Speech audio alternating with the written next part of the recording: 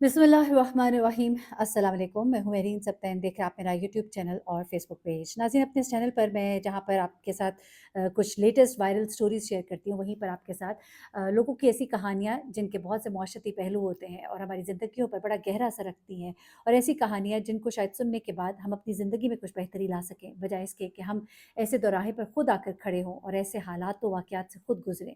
तो क्यों ना हम लोगों की कहानियों से सबक हासिल कर लें। ये कहानी एक बड़े ही दुखी माँ-बाप की है। बुढ़ापे में उन्होंने जो दुःख झेला है, औलाद जिसको वो समझते हैं कि ज़िंदगी का सहारा है, बुढ़ापे में हमारे काम आएँगे, हमारे साथ रहेंगे, हम उनके साथ हँसी-खुशी ज़िंदगी गुज़ारेंगे।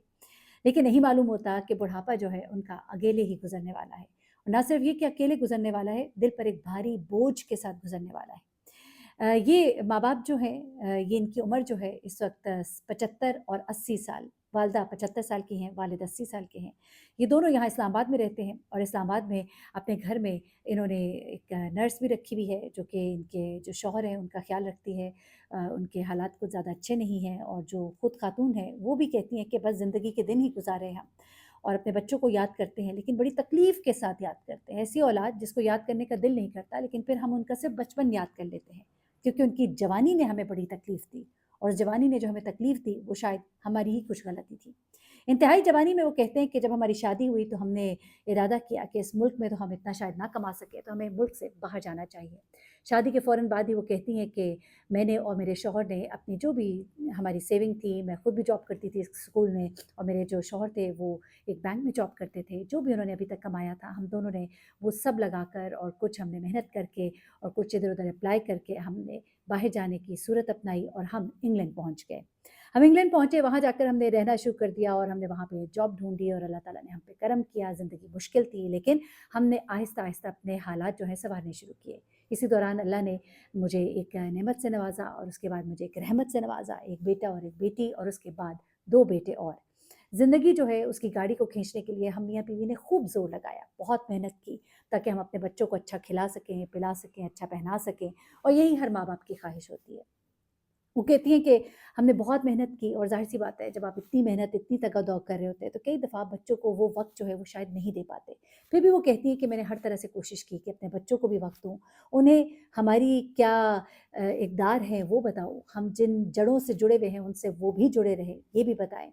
उसके बाद हमने कोशिश की, 4-5 साल का जब मेरा बेटा हुआ और बच्चे हमारे बाकी छोटे थे, कि हम एक बार पाकिस्तान आएँ। पैसे जमा ना हो पाए, बड़ी कोशिश की, बड़ा रोना भी आया, दुःख भी हुआ, मेरे वालिद फ़ौत हो गए थे, लेकिन ज़िंदगी इतनी मुश्किल थी उस वक़्त कि हम पाकिस्तान ना आ पाए।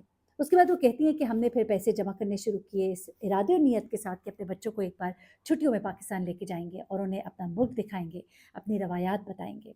वो कहती हैं कि खूब पैसे लगे, पूरा ख़ानदान जो है इकट्ठा होकर गया आखिरकार, जब मेरा बड़ा बेटा 10 साल का था और बाकी बच्चे जो हैं 7, 8 और 6 साल के हमारे बच्चे थे। उन सबको लेकर हम पाकिस्तान गए।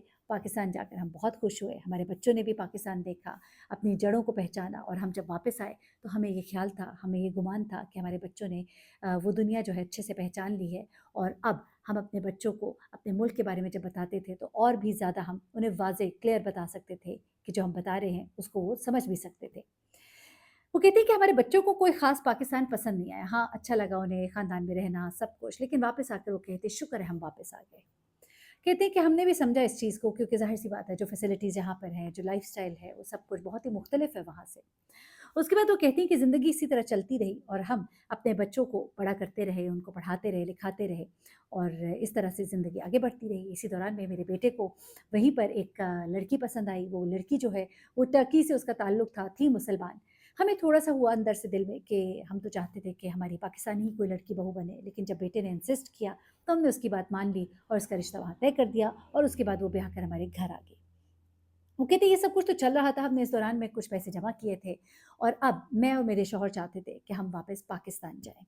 वो कहती है हमने वापस पाकिस्तान जाने का सोचा और अपने बच्चों से ये बात की, तो वो तो बहुत सख्त नाराज़ हुए। उन्होंने कहा कि हमारी ज़िंदगी यहाँ पर गुज़री है, हम कैसे बाहर जा सकते हैं वापस?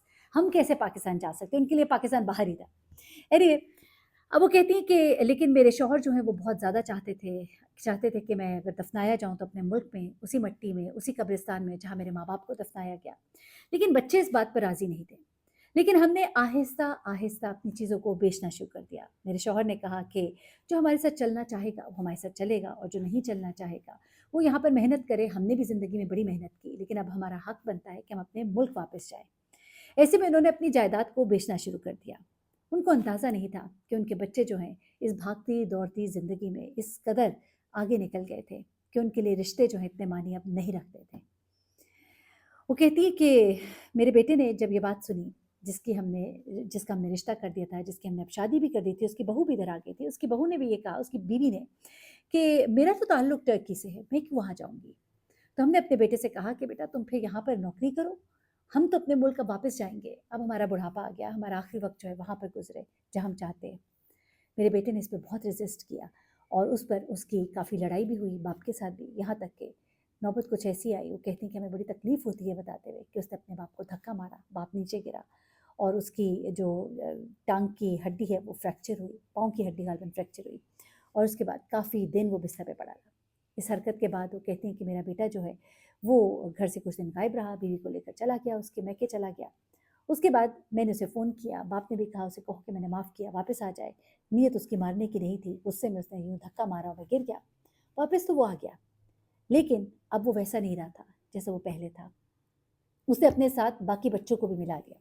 घर आने के बाद उन्होंने बाकायदा एक प्लान करना शुरू कर दिया कि किस तरह से माँ-बाप से छुटकारा हासिल किया जाए। वो कहते हैं कि बताते हुए भी मेरे रोंगटे खड़े हो जाते हैं। आप यकीन कीजिए मुझे सुनते हुए रोंगटे खड़े हो रहे थे। वो कहती हैं कि इन सब ने एक बाकायदा प्लान बनाया कि किस तरह से हमसे जान छुड़ाई जाए। उन्होंने बाकायदा तौर पे वो कहती हैं कि मेरे शौहर को कुछ ऐसी मेडिसिन्स देना शुरू कर दी कि जिनसे उनका दिमागी तवाज़ुन जो है वो बिगड़ना शुरू हो गया।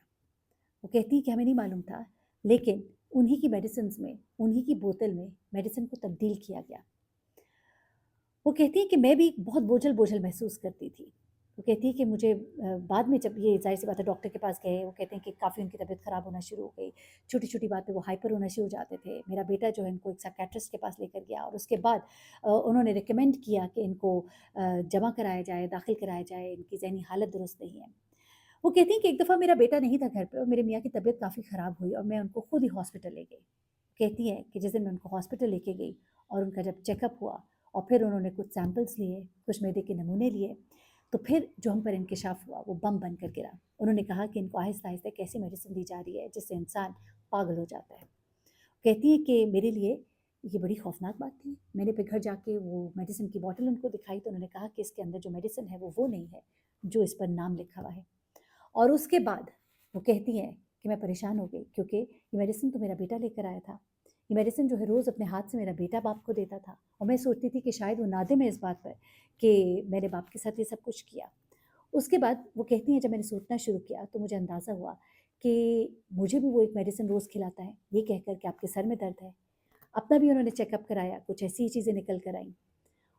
अब डॉक्टर्स जो है ये बाकायदा केस बना रहे थे, पर उन्होंने ज़रा इस चीज़ को रोका। घर आए, मियाँ-बीवी ने बैठकर सोचा, ज़िंदगी भर की इज़्ज़त और अपनी ही औलाद जो कातिल बनने के दर पे थी और उनको ऐसी सज़ा होती जो माँ-बाप शायद बर्दाश्त ना कर सकते। वो कहती हैं कि हमने रातों-रात सारी प्लानिंग की, चीज़ों को वाइंड अप किया। मेरे शौहर का इलाज एक तरफ चल रहा था, चीज़ें मैं वाइंड अप करना शुरू हुई। हमने अपने तमाम मामलात जो हैं वो ख़त्म किए। हमने बच्चों को बिल्कुल इल्म नहीं होने दिया। हमने जो भी जमा पूँजी थी, हमने वो घर जो है उसके बेचने के बाद तमाम पैसे जो हैं अपने पास रखे। एक और घर था जिसमें बच्चे भी रह रहे थे, वो हमने उनके नाम किया कि ठीक है, जैसी भी औलाद है। कहते हैं कि औलाद है ना, क्या करे? कहते दिल तो किया कि कुछ भी ना दे, लेकिन फिर हमने कहा कि रहें अपनी ज़िंदगी गुज़ारें।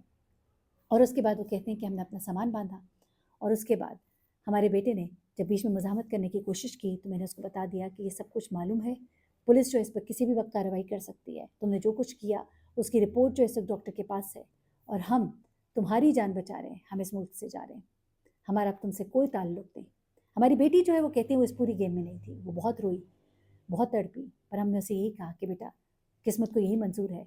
उसकी उस वक़्त तक मैं बताना भूल गई कि उसकी शादी वो कर चुके थे। बेटी के साथ वो कहते हैं हम राब्ते में हैं, उसकी शादी चूँकि वहाँ हुई है, वो भी अब भाइयों से बात नहीं करती। हमने उसको उसका हिस्सा दे दिया, भाइयों को घर दे दिया और हम आ गए। उसके बाद वो कहती हैं कि जो हमारे 2 छोटे बेटे हैं उन्होंने फ़ोन किया, माफ़िया माँगी, बहुत रोए, गलती हो गई, हम भाई की बातों में आ गए थे। अच्छा उन बच्चों ने ये भी बताया बेटों ने कि हमें ये नहीं मालूम कि वो आपके साथ कर क्या रहे थे। सिर्फ हम उनके इस प्लान में थे कि हमने ये घर जो है ये नहीं बेचने देना, हमने इधर ही रहना है। उसके अलावा वो कहते हैं कि ये जो उन्होंने गेम प्लान बनाया था इसका हम हिस्सा नहीं थे। लेकिन वो कहती हैं कि हमने उनसे कह दिया कि चाहो तो हमसे इधर आकर मिल लेना। लेकिन वो कहते हैं कि फ़ोन पे तो वो नादिम होते रहे, माफ़िया माँगते रहे, लेकिन अभी तक वो पाकिस्तान हमसे मिलने नहीं आए। बेटी 2 दफ़ा चक्कर लगा के जा चुकी है। कहते हैं ना कि बेटियाँ आखिर बेटियाँ होती हैं, माँ-बाप के दुख-सुख की साथी होती हैं। लेकिन ये दौलत कितनी ज़ालिम चीज़ है, ये पैसा कितनी ज़ालिम चीज़ है। औलाद औलाद ना रही और माँ-बाप जो इस बुढ़ापे में 3 बेटे पैदा करके भी अकेले रहने पर मजबूर हैं, ज़िंदगी के आखिरी दिन गिन रहे हैं और रोते हैं उस वक़्त को कि जब वो अपना मुल्क छोड़कर बाहर गए थे।